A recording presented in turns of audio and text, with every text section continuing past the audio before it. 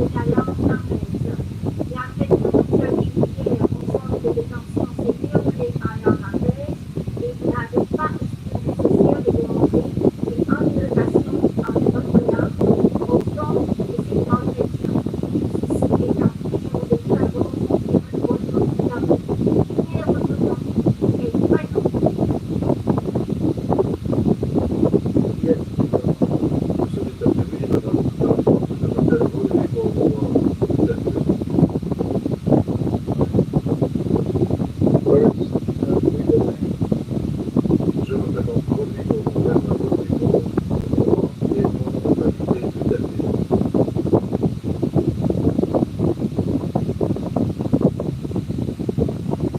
beaucoup. Quelle est votre date de naissance?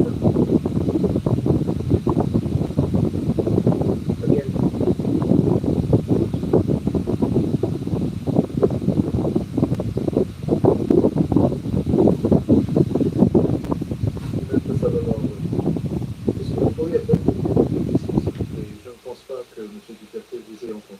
Merci. Merci beaucoup, maître. J'ai demandé simplement à M. Duterte quel est son nom et son prénom, et après quelle est sa date de naissance et son lieu de naissance. C'est bon maintenant, maître? Maître Salvador, merci. Merci, notaire. Monsieur Duterte, je suis né le 28 mars 1945. Born in the part Je suis né dans la province de l'État.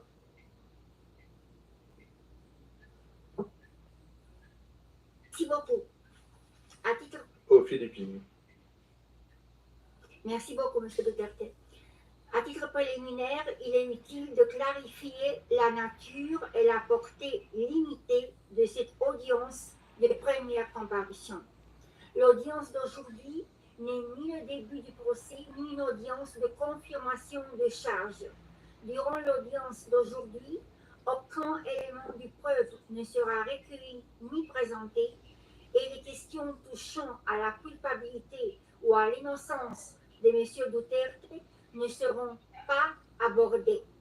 Conformément à l'article 60, paragraphe 1 du statut de Rome, le traité fondateur de notre Cour, et de la règle 121.1 du règlement de procédure et de preuve, cette comparution initiale a pour objectif principal de répondre à trois questions.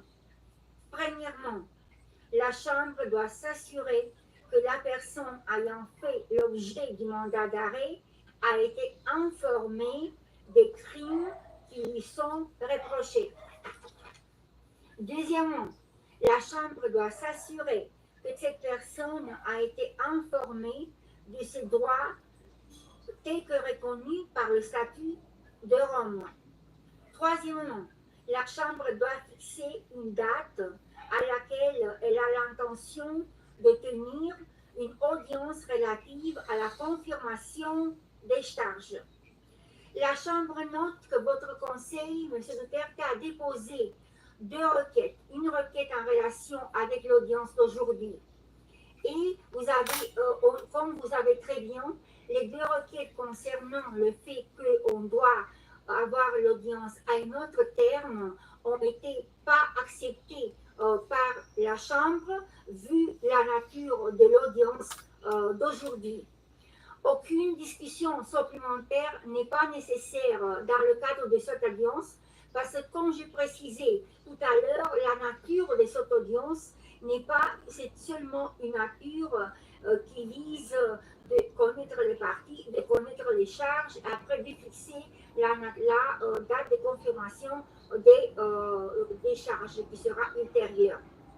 S'agissant du premier point, je rappelle que M. Duterte a reçu une copie du mandat d'arrêt le concernant et une version expurgée de la requête du procureur au fond de délivrance du mandat d'arrêt qui est public.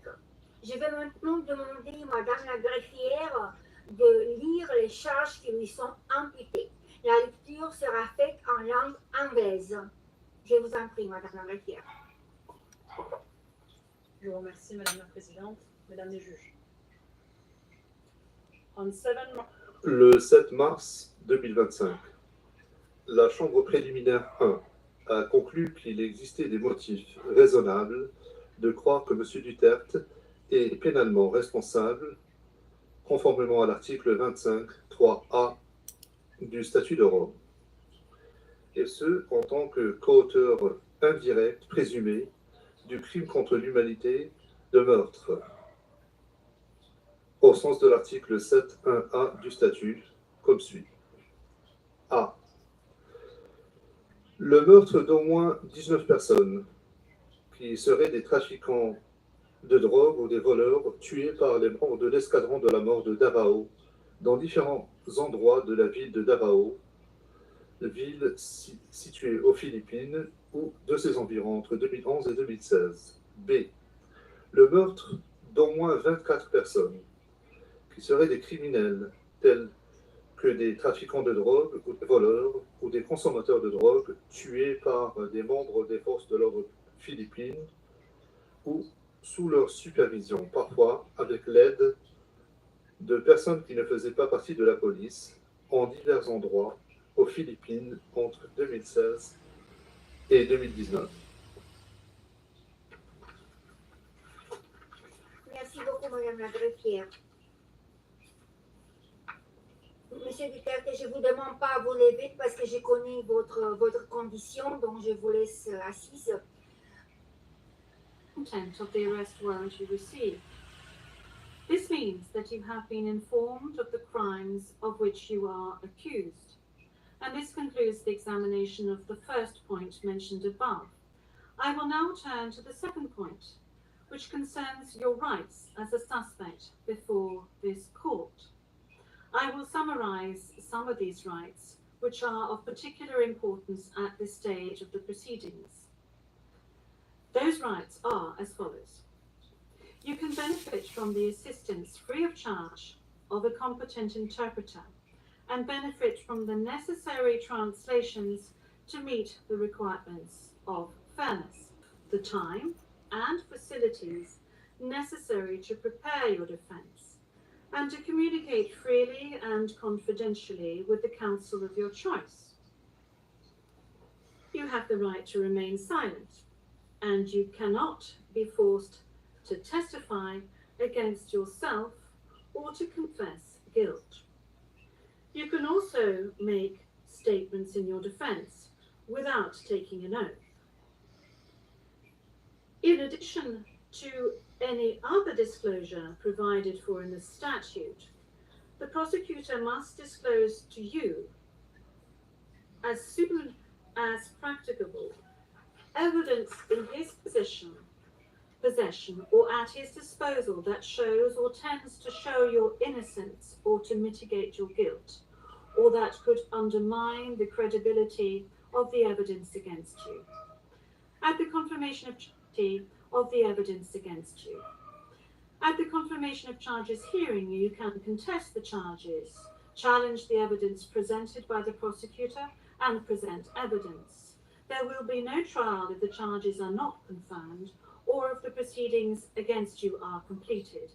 You have the possibility to make an application for interim release pending trial. And finally, Mr. Duterte, you have the right to be informed as soon as possible and in detail of the nature, cause, and content of the charges in the language that you fully understand and speak.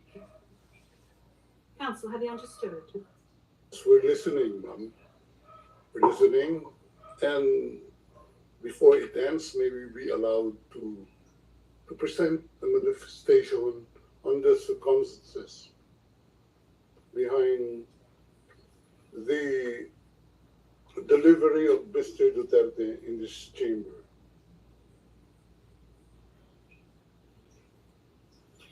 Oui, maître, je dois d'abord demander. Yes, counsel. This is as part of the procedure, and as we've said since the very outset, I need to ask Mr. Duterte himself to make observations as to the condition of his surrender to the court and the conditions of his detention at the detention facility of the court since his arrival. If he can please tell us these details. Thank you. Can Oui, I maître. Oui. Presiding Judge, yes, counsel. please? 2 days ago, the whole world has witnessed the degrading fashion in which a former president of a sovereign country was bundled into a private aircraft and summarily transported to The Hague. To us lawyers, this would be called an extrajudicial rendition. To the less legally inclined, it was a pure and simple kidnapping. My client was denied all access to the legal recourse in the country of his citizenship, and this all in the nature of political score settling. Two troubled entities struck an unlikely alliance. An incumbent president who wished to neutralize and choke the legacy of my client and his daughter on the other hand, and a troubled legal institution subject to delegitimization and desperate for a price cuts and a legal show today on the other hand. With this in mind, it is not surprising that my client was abducted from his country. ICC private jets do not drop out of the thin air. That jet which received my client was coordinated in advance. The UAE is not a state party to the ICC and has no obligation to cooperate with the court. Yet my client sat in transit in that country for more than 5 hours. I invite the registry's representative to present today in court to explain to the judges exactly how they believe this transfer was anything other than a gross abuse of process. Given the precipitous arrival of my client, an elderly man with debilitating medical issues, hard of hearing and poor of sight, he was taken to a hospital for observation. Only this morning have I met him for the first time with less than an hour to discuss legal issues. I have not been able to present him with a hard copy of the arrest warrant because we were not supplied with such. I have not even been able to explain to him what the prosecution requested when seeking the issuance of the arrest warrant. This is because the chamber only established a redacted version of the prosecution request last night. Other than to identify himself, my client is not able to contribute anything to this hearing.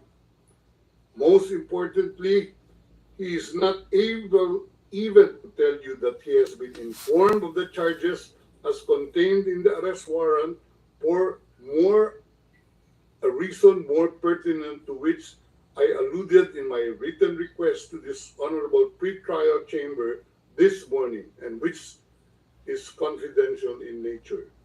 Accordingly, I repeat my respectful request, which was rejected this morning, to postpone the substantive aspect of this hearing to the next week, when I will have the opportunity to sit with my client and to explain to him what a confirmation hearing is and what the disclosure is and how the prosecution alleges that he committed crimes.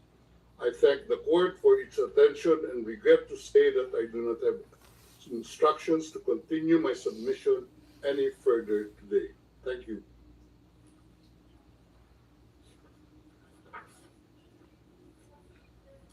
Bon.